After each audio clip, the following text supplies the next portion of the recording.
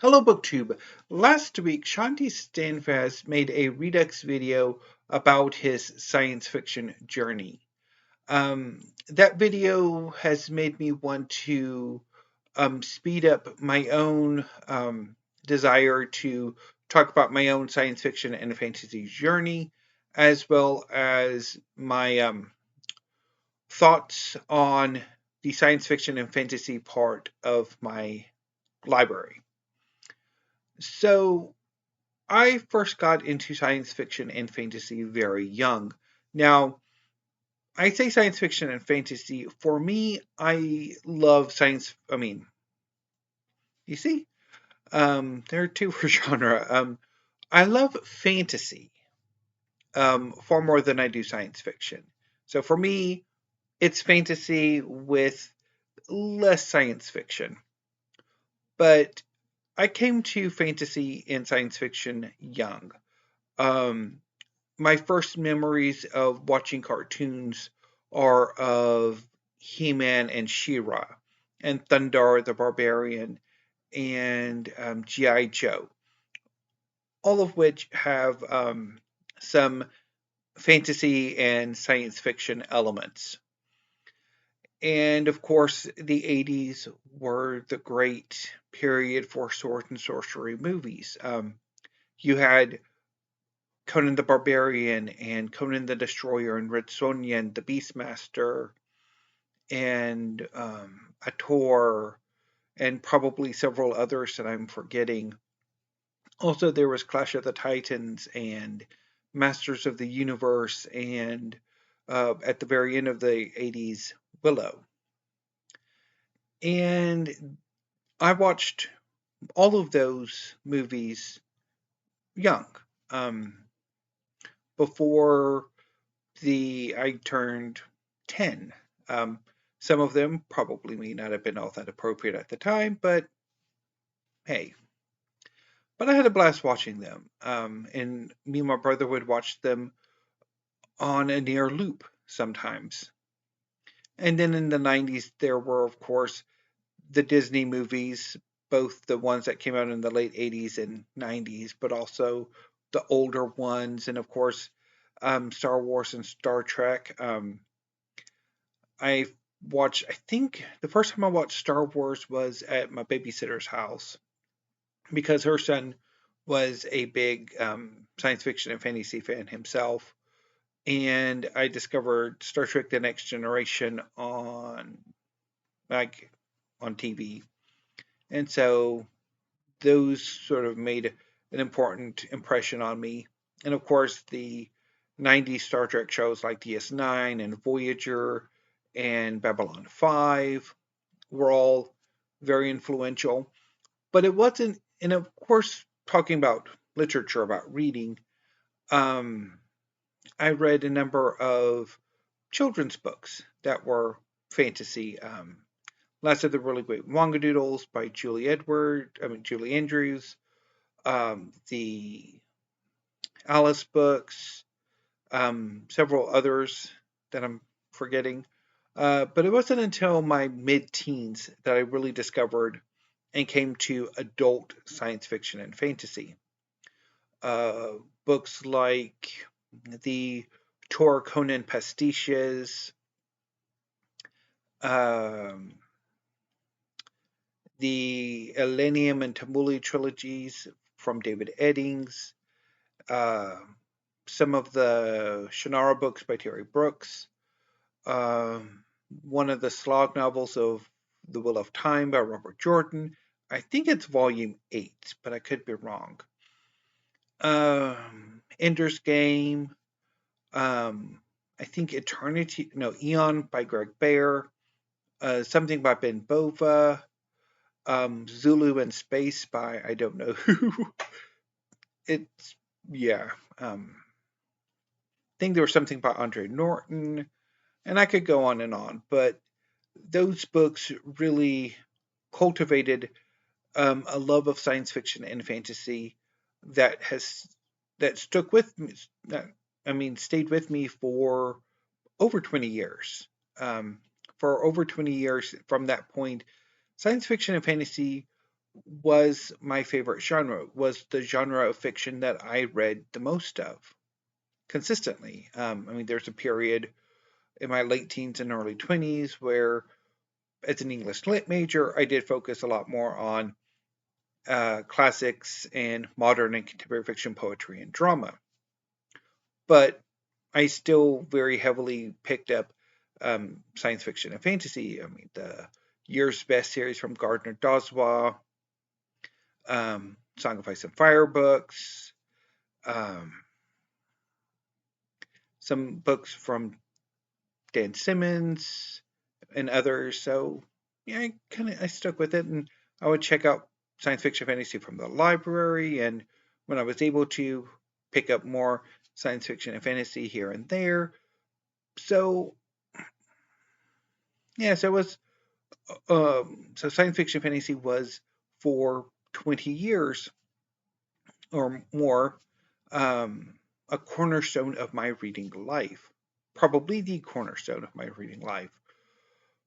And then the last weeks of December 2019 happened, and I don't know what happened, but it just something changed.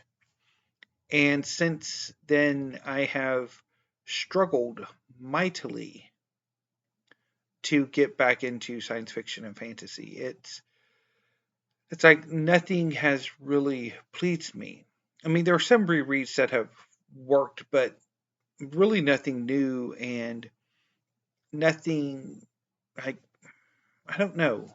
I don't know how to explain it. It's just like a switch was flipped or something. And I mean, and I've had these taste change before. I mean, I've talked about mysteries.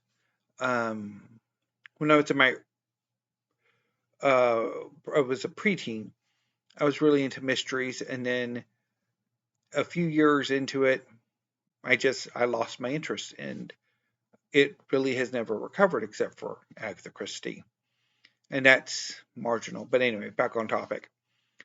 Um, so yeah, for the past few years, I have really struggled to get back into reading science fiction and fantasy. I mean, it's not to say that my interest in like film and television hasn't diminished, although I really don't watch television or movies much anymore. Mostly watch BookTube. Um, so like I don't know. Um, but that brings me to discussing the current state of science fiction and fantasy in my library.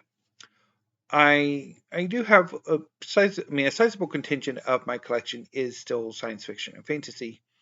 I have this bookcase here, which is a open shelving unit that I can use both sides for bookcases as a bookcase, as well as two bookcases out in the hall.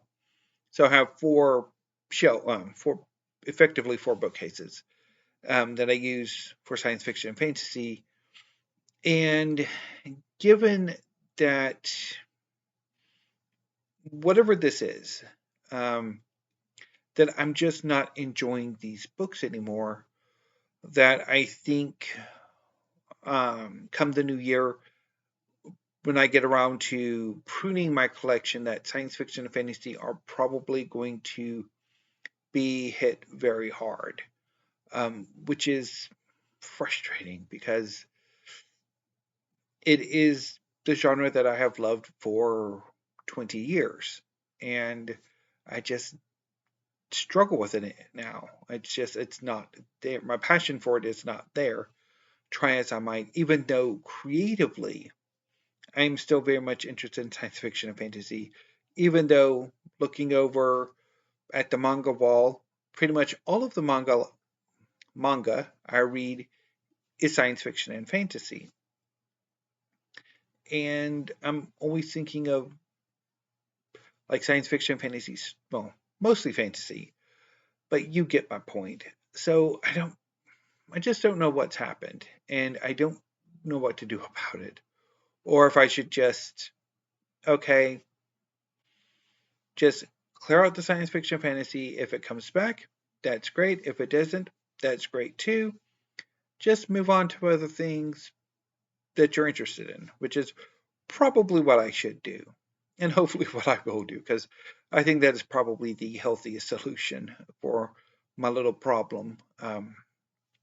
But yeah, so that was my thoughts on the science fiction and fantasy part of my library, as well as a quick overview of my science fiction and fantasy journey. So, anyway, BookTube, I will be back tomorrow with a tag video of some kind or other. I don't know if it's going to be a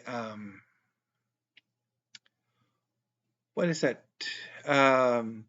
Like a general tag, because I know for the past few weeks there have been quite a few tags that have come out that I wanted to do, but I never quite got to them and I've forgotten them. So I probably will need to go back through my subscriptions to find those tags.